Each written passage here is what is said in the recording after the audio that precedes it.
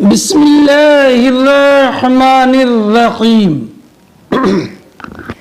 باب عمرۃ التنعیم۔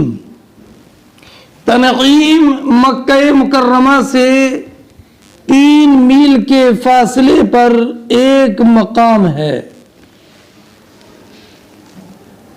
یہ باب مقام تنعیم سے عمرہ کے بیان میں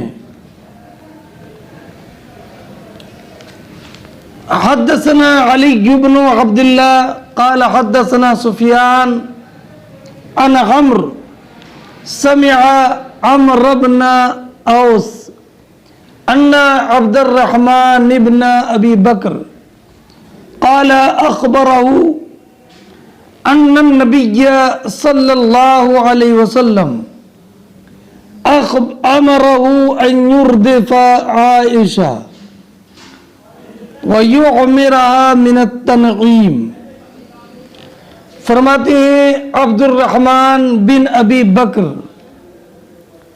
رضی اللہ تعالی عنہما کہ نبی اکرم صلی اللہ تعالی علیہ وسلم نے ان کو حکم دیا کہ حضرت ام المومنین عائشہ صدیقہ رضی اللہ تعالی عنہا کو اپنی سواری پر پیچھے بٹھا کر لے جائے اور انہیں مقام تنعیم سے عمرہ کرا دیں۔ سرکار نے حضرت ابو بکر صدیق رضی اللہ تعالی عنہ کے بیٹے عبد الرحمن، حضرت ام المومنین عائشہ صدیقہ کے بھائی عبد الرحمن، ان کو حکم دیا تھا کہ آپ اپنی بہن ام المومنین عائشہ صدیقہ کو اپنی سواری پر پیچھے بٹھا کر لے جائیں اور مقام تنعیم سے عمرے کا احرام باندھیں اور عائشہ کو بندھوائیں اور ان کو عمرہ کرا دیں۔ اس حدیث سے یہ معلوم ہوا کہ اگر مکہ مکرمہ میں کوئی عمرہ کرنا چاہے تو اس کے لیے حل میں جانا، حرم سے باہر جانا، حل میں جانا اور وہاں سے احرام باندھنا ضروری ہے۔ نبی اکرم صلی اللہ تعالی علیہ وسلم نے تنعیم کی تعیین اس لیے کی کہ چونکہ مقام تنعیم حل میں سب سے زیادہ قریب ہے مکہ مکرمہ سے، اور وہاں سے عمرے کا احرام باندھیں تو مسافت کم ہوگی۔ اقل حرم تنعیم ہے، اور یہ بات ذہن نشین رکھا جائے کہ مکہ مکرمہ میں رہنے والے یا مکہ مکرمہ میں جو لوگ آفاقی بھی ہیں ان کے لیے تنعیم متعین نہیں ہے، بلکہ کہیں سے بھی حل میں پہنچ کر عمرے کا احرام باندھے، ان کے لیے حل میں جانا ضروری ہے۔ تو حل میں پہنچ کر جہاں سے بھی احرام باندھیں گے عمرے کا یہ کافی ہوگا، اور اس میں تنعیم اور غیر تنعیم سب برابر ہیں۔ چنانچہ ایک حدیث میں یہ ہے کہ نبی اکرم صلی اللہ تعالی علیہ وسلم نے حضرت عبد الرحمن بن ابی بکر سے فرمایا تھا کہ اے احمل اختک فاخرجها من الحرم، اپنی بہن کو لے کر حرم سے باہر چلے جاؤ، حرم سے باہر چلے جاؤ۔ اس سے یہ معلوم ہوا، اور وہاں سے عمرے کا احرام بندھواؤ، تو اس سے یہ معلوم ہوا کہ اہل مکہ کے لیے ان کا جو عمرہ کرنے کے لیے ان کو احرام باندھنا ہے وہ حلم ہے۔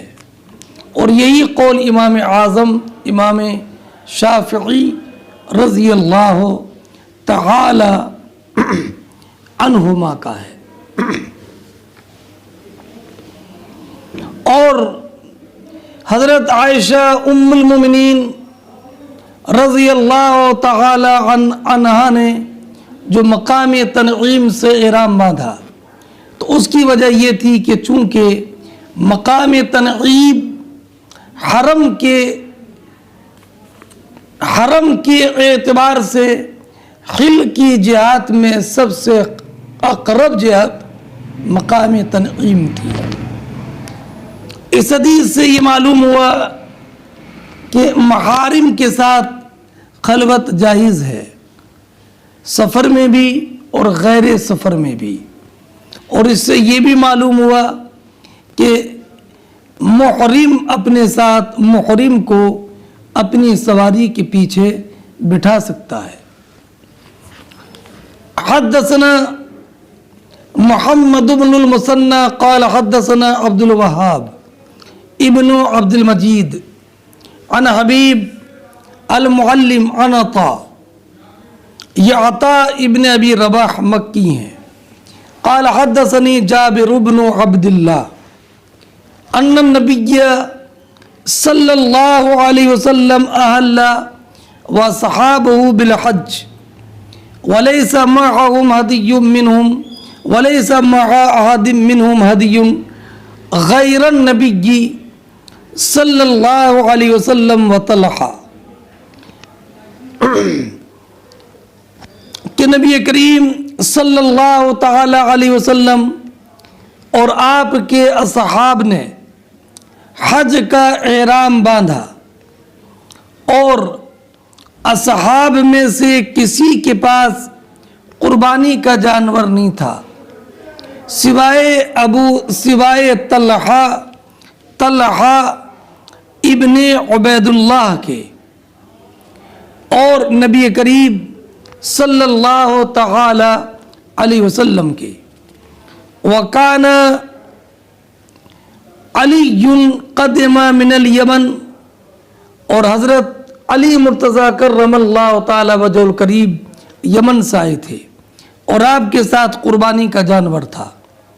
فقال، تو حضرت علی کرم اللہ تعالی وجہ الکریم نے کہا، احللت بما احل به رسول اللہ صلی اللہ علیہ وسلم، کہ میں نے اسی کا احرام باندھا جس کا احرام نبی اکرم صلی اللہ تعالی علیہ وسلم نے باندھا۔ یعنی میں نے یوں کہا، لبیک بما احل به رسول اللہ صلی اللہ علیہ وسلم۔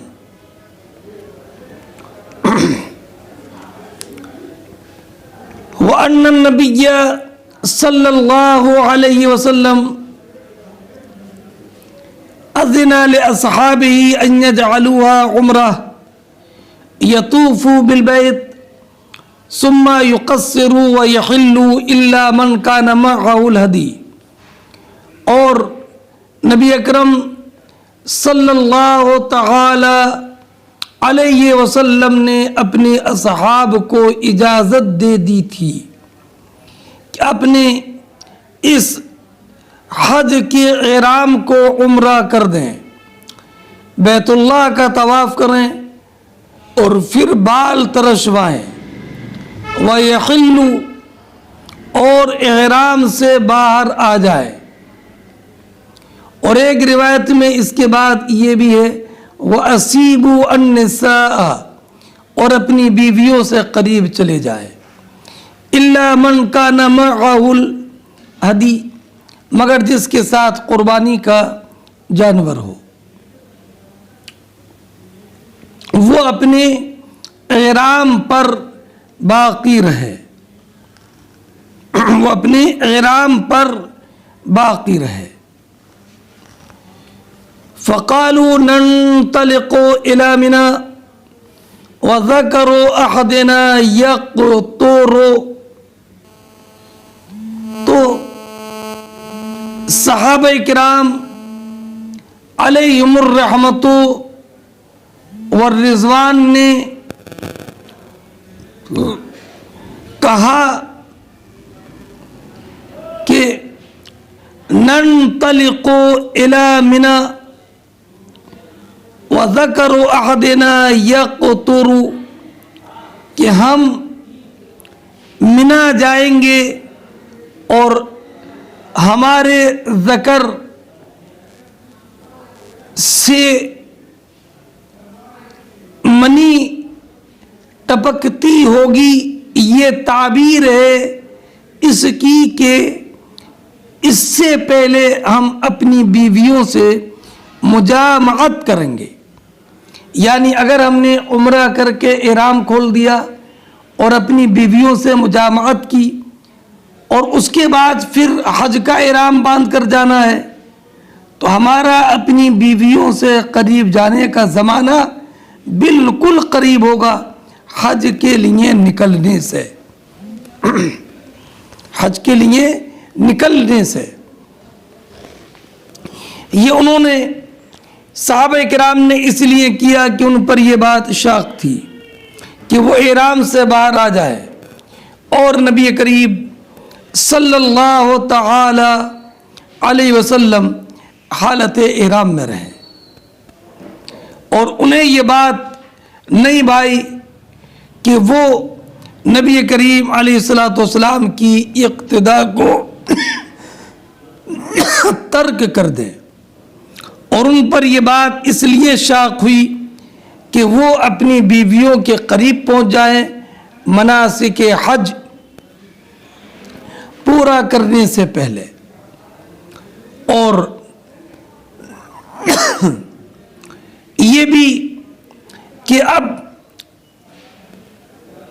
4 ذی الحجہ کو مکہ مکرمہ پہنچے ہیں اور 8 ذی الحجہ کو منا جانا ہے، اور 9 ذی الحجہ اس کے بعد ہے، تو اب حج وقوف عرفات کے صرف 5 ہی دن رہ گئے ہیں۔ تو اگر ہم اپنی بیویوں سے قریب چلے گئے اور پھر عرفہ پہنچے تو مجامعت کے 5 ہی دن گزریں گے، ہمارا زمانہ اپنی بیویوں سے مجامعت کا بہت زیادہ قریب ہوگا۔ اسی کی تعبیر یہ ہے کہ ننطلق الی منی وذکر احدنا یقطر، فبلغ النبی صلی اللہ علیہ وسلم، تو یہ بات نبی کریم صلی اللہ تعالی علیہ وسلم کو معلوم ہوئی کہ صحابہ کرام علیہم الرحمت والرضوان پر احرام کھول کے عمرہ کر دینا اور بیویوں سے قریب جانا یہ شاق گزر رہا ہے، تو نبی کریم صلی اللہ تعالی علیہ وسلم نے ارشاد فرمایا لو استقبلت من امری ما استدبرت ما اهدیت، اگر وہ بات جو میرے سامنے بعد میں آئی، اگر یہ بات میرے سامنے پہلے آئی ہوئی ہوتی تو ما اهدیت، میں اپنے ساتھ قربانی کا جانور نہ لاتا، ولولا ان معي الهدي لاحللت، اگر میرے ساتھ قربانی کا جانور نہ ہوتا تو میں تو احرام کھول دیتا، میں تو احرام کھول دیتا۔ یعنی اگر یہ جو بات میرے سامنے بعد میں آئی، اگر یہ میرے سامنے پہلے آتی تو میں خود بھی قربانی کا جانور ساتھ لے کر نہ آتا اور عمرہ کر کے احرام سے باہر آ جاتا۔ یہ ذکر پہلے بھی گزر چکا ہے کئی حدیثوں میں۔ وَأَنَّ عَائِشَةَ حَاذَتْ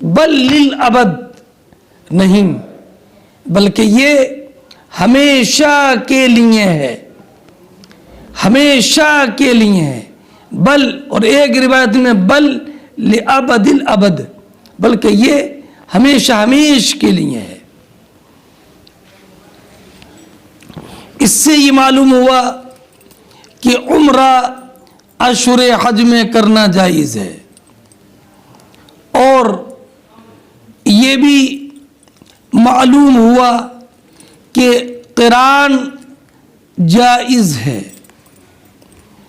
اب رہا یہ کہ عمرہ کو حج کو فسخ کر کے عمرہ کر دینا، تو اس تعلق سے میں پہلے بتا چکا ہوں کہ امام اعظم اور جمہور علماء کا اس بات پر اتفاق ہے، اور امام مالک کا بھی یہی ہے، اور امام شافعی رضی اللہ تعالی عنہ کا بھی یہی ہے کہ جس نے حج کا احرام باندھا اور اب وہ اپنے احرام کو عمرہ کر دے، تو یہ اور حج کو فسخ کر کے عمرہ بنا دے، یہ صحابہ کرام علیہم الرحمت والرضوان کے ساتھ خاص تھا، اور اسی سال کے لیے خاص تھا۔ لا یجوز بعدہ، اس کے بعد یہ جائز نہیں ہے۔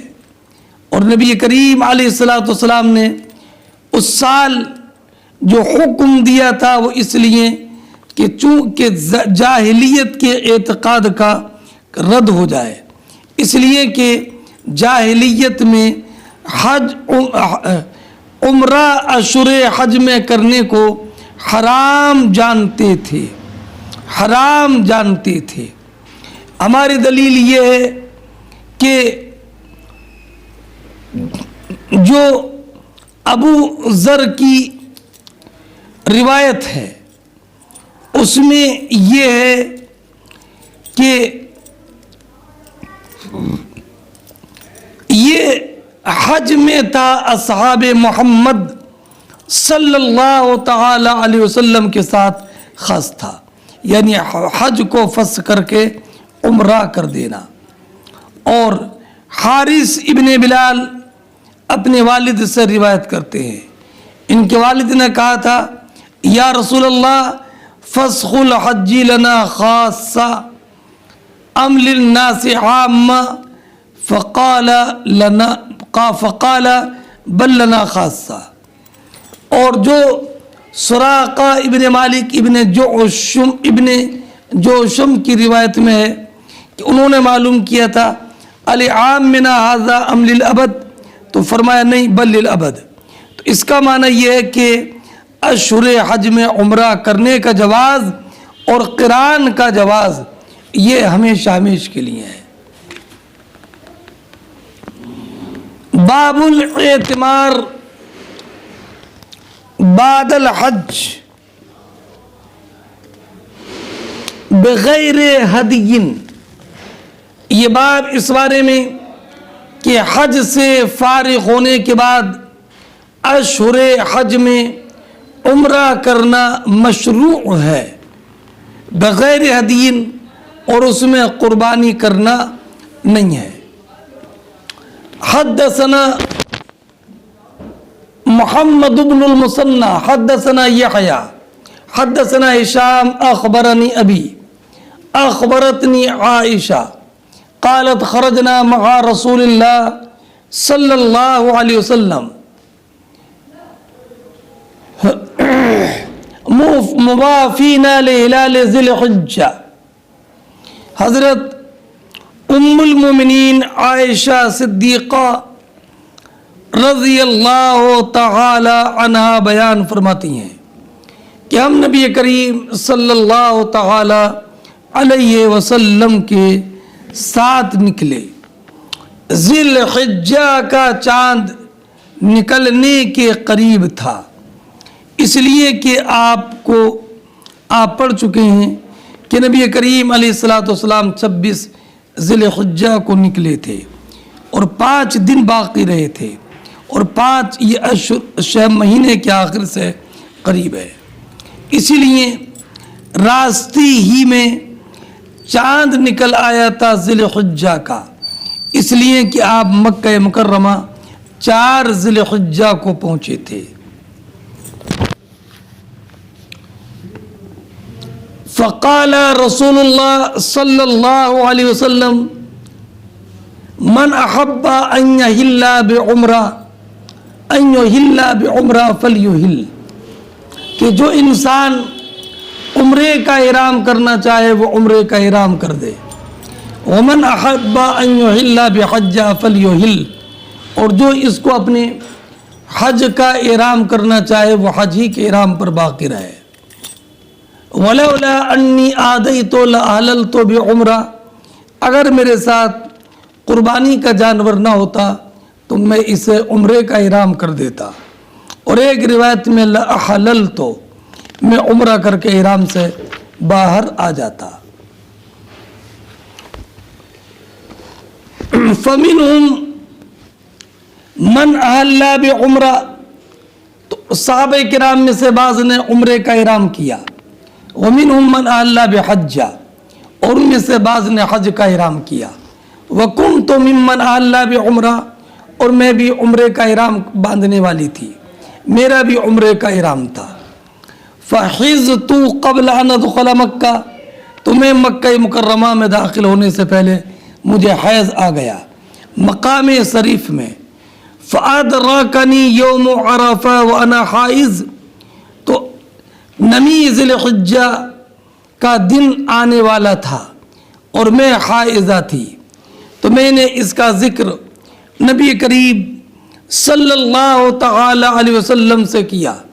فقال دعی عمرتکی وانقضی راسکی وامتشتی، کہ اپنا عمرہ چھوڑو، اپنے سر کے بال کھولو اور کنگھی کرو اور حج کا احرام باندھو۔ ففعلت، تو میں نے ایسے ہی کیا۔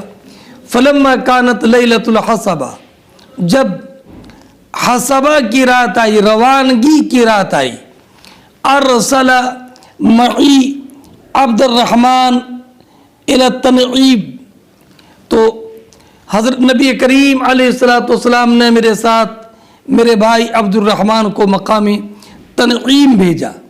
فاردفها، تو انہوں نے مجھے اپنی سواری کے پیچھے بٹھایا۔ فأحلت،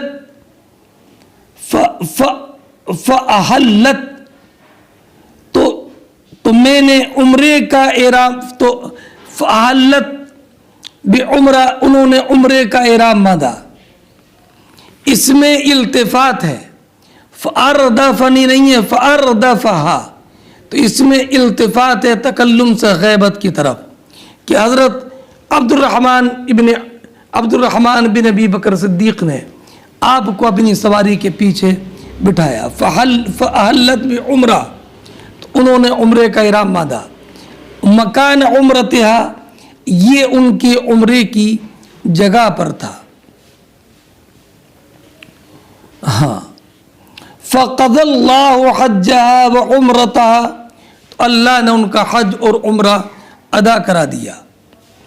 ولم يكن في شيء من ذلك هدي ولا صدقہ ولا صوم، یہ ولم يكن في شيء من ذلك هدي ولا صدقہ ولا صوم، یہ قول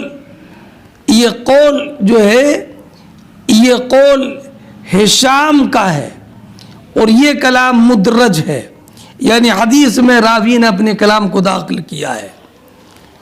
اپنے علم کے اعتبار سے ہشام نے کہا کہ اس میں نہ تو کوئی قربانی کرنا ہوا اور نہ ہی صدقہ تھا اور نہ ہی روزہ تھا۔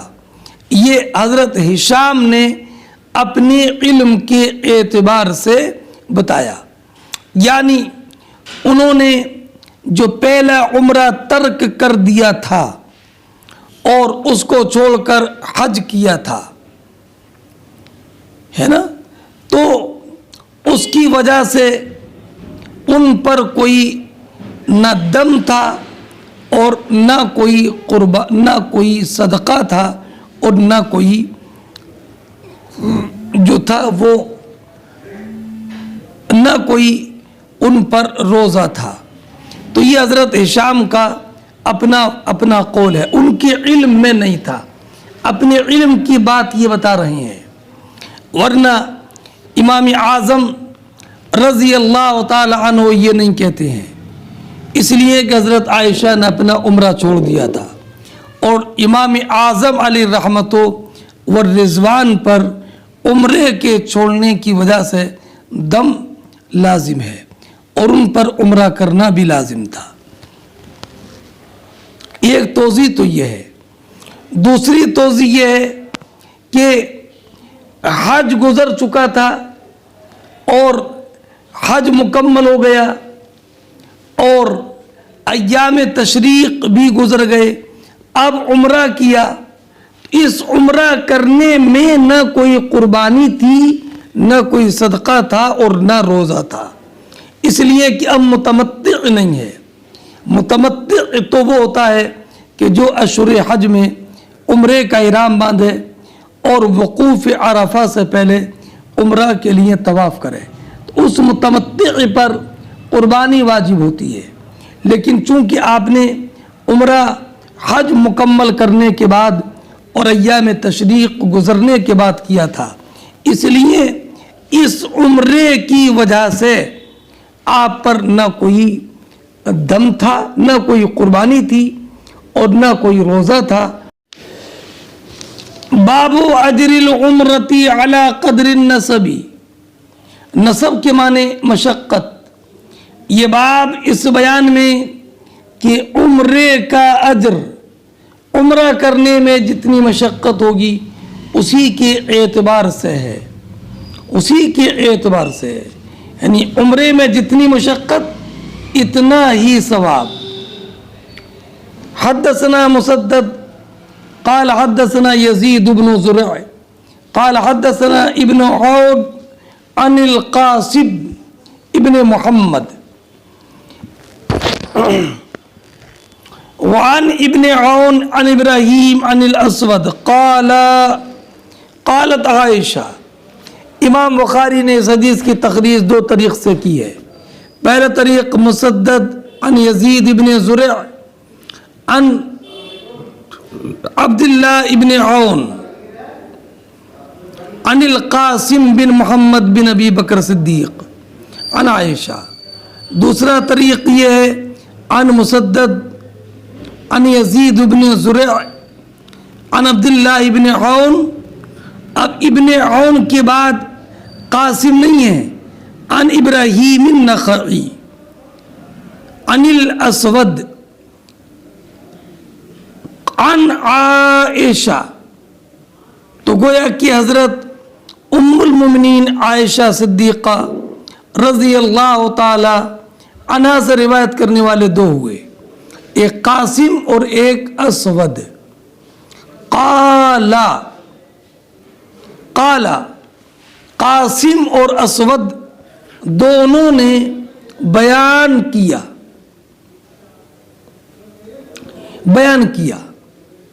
کہ حضرت ام المؤمنین عائشہ صدیقہ رضی اللہ تعالی عنہا نے یہ کہا تھا، یا رسول اللہ،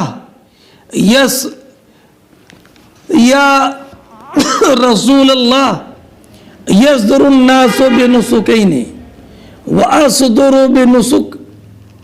یا رسول اللہ، سب لوگ دو عبادت کر کے جائیں گے، حج اور عمرہ۔ وَأَصْدُرُ بِنُسُكْ، اور یا رسول اللہ میں صرف ایک عبادت کر کے لوٹوں گی، اس لیے کہ میرا عمرہ تو رہ گیا، اب خالی میں جب جاؤں گی تو میرا صرف ایک ہی حج ہی ہوگا، اور جانے والوں کے حج بھی ہوں گے اور عمرہ بھی ہوگا۔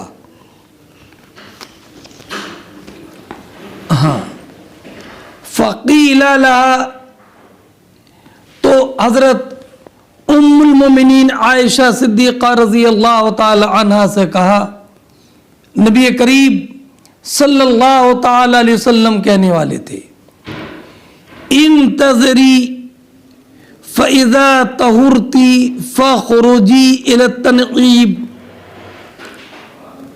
آپ پاک ہونے کا انتظار کرو، فَإِذَا طَهُرْتِ، اور جب تم پاک ہو جاؤ تو فَخْرُجِي إِلَى التَّنْعِيمِ، تو تم مقام تنعیم کی طرف جاؤ اور وہاں سے عمرے کا احرام باندھو تاکہ تمہارا بھی عمرہ ہو جائے۔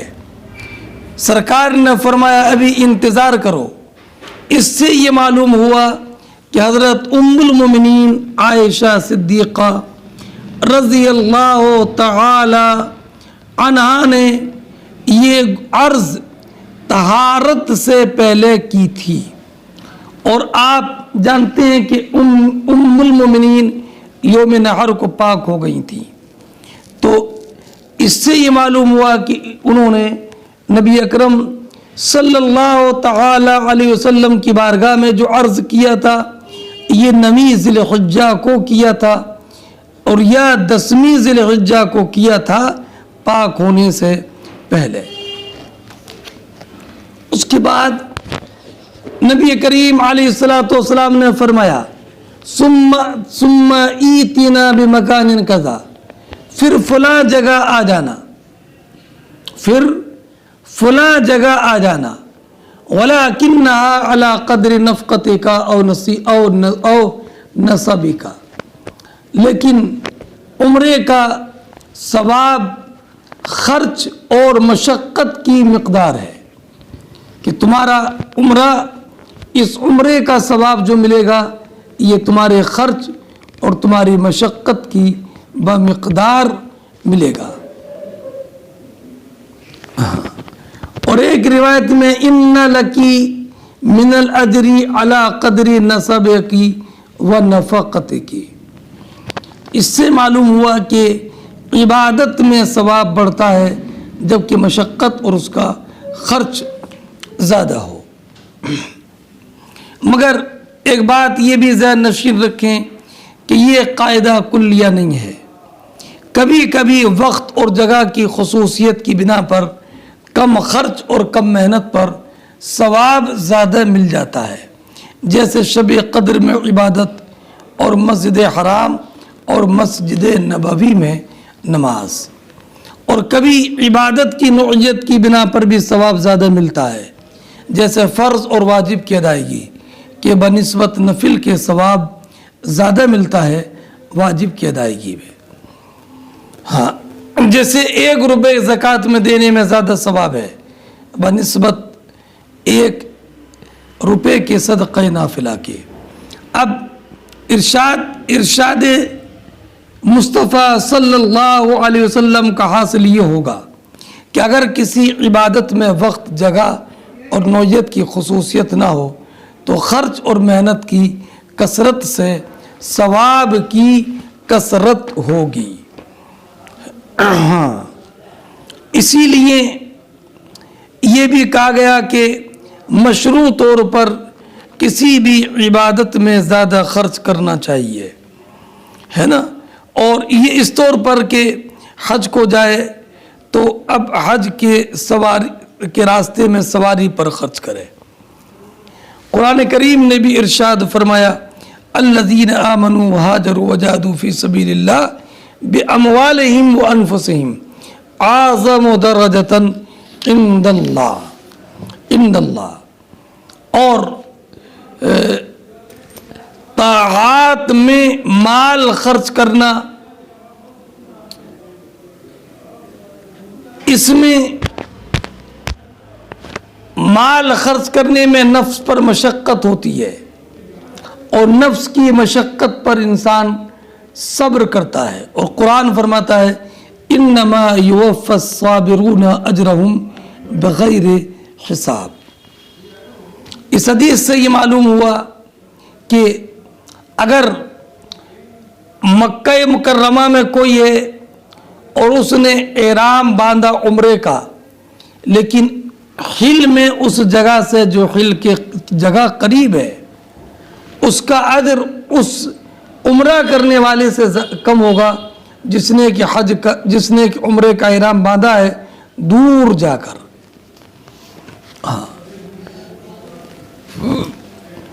باب المعتبر اذا طاف طواف العمرہ ثم خرج هل يجزئ من طواف الوداع؟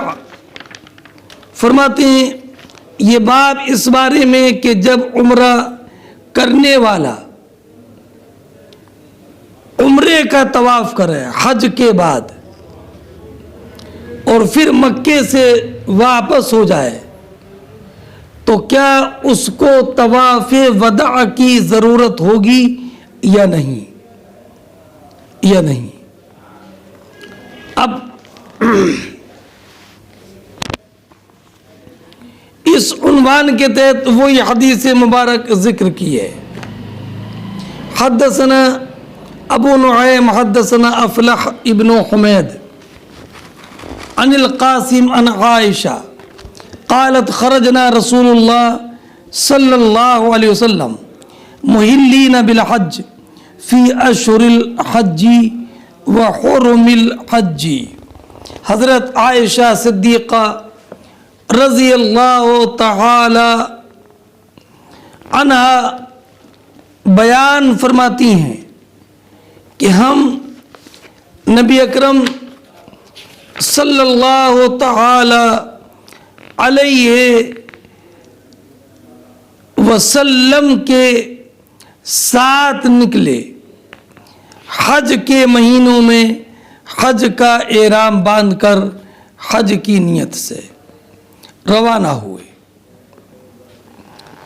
فنزلنا صریف، جب ہم مقام صریف میں پہنچے تو نبی کریم صلی اللہ تعالی علیہ وسلم نے اپنے اصحاب سے فرمایا کہ جس کے ساتھ قربانی کا جانور نہ ہو اور وہ یہ پسند کرے کہ اسے عمرہ کر دے تو اسے عمرہ کر لے، اور جس کے ساتھ قربانی کا جانور ہو اسے اجازت نہیں ہے۔ وَكَانَ مَعَ النَّبِيِّ صلی اللہ علیہ وسلم وَرِجَالٍ مِّنْ أَصْحَابِهِ ذَوِي قُوَّةٍ الْهَدْيُ فَلَمْ تَكُنْ لَهُمْ عُمْرَةٌ۔ فرماتے ہیں نبی اکرم صلی اللہ تعالی علیہ وسلم اور آپ کے خوش حال جو اصحاب تھے ان کے ساتھ قربانی کا جانور تھا، فلم تکن لہم عمرہ، اس لیے انہوں نے اسے عمرے میں تبدیل نہیں کیا۔ فدخل علی النبی صلی اللہ علیہ وسلم وانا ابکی، فرماتی ہیں حضرت عائشہ ام المومنین رضی اللہ تعالی عنہا کہ ایک دن میرے پاس نبی کریم علیہ الصلوۃ والسلام تشریف لائے اور میں رو رہی تھی، تو آپ نے فرمایا ما یبکی، کہ تم کیوں رو رہی ہو؟ میں نے کہا قلت سمعتک تقول لاصحابک ما قلت، تو انہوں نے عرض کی یا رسول اللہ میں نے آپ کا فرمان سن لیا ہے جو آپ نے اپنے اصحاب سے فرمایا، جو آپ نے اپنے اصحاب سے فرمایا۔ کیا فرمایا؟ کہ جس کے ساتھ قربانی کا جانور نہ ہو وہ اسے عمرہ کر لے اور اس کے بعد حج کا احرام باندھے۔ تو میں نے وہ سن لیا اور تو فرمایا وما شانکی،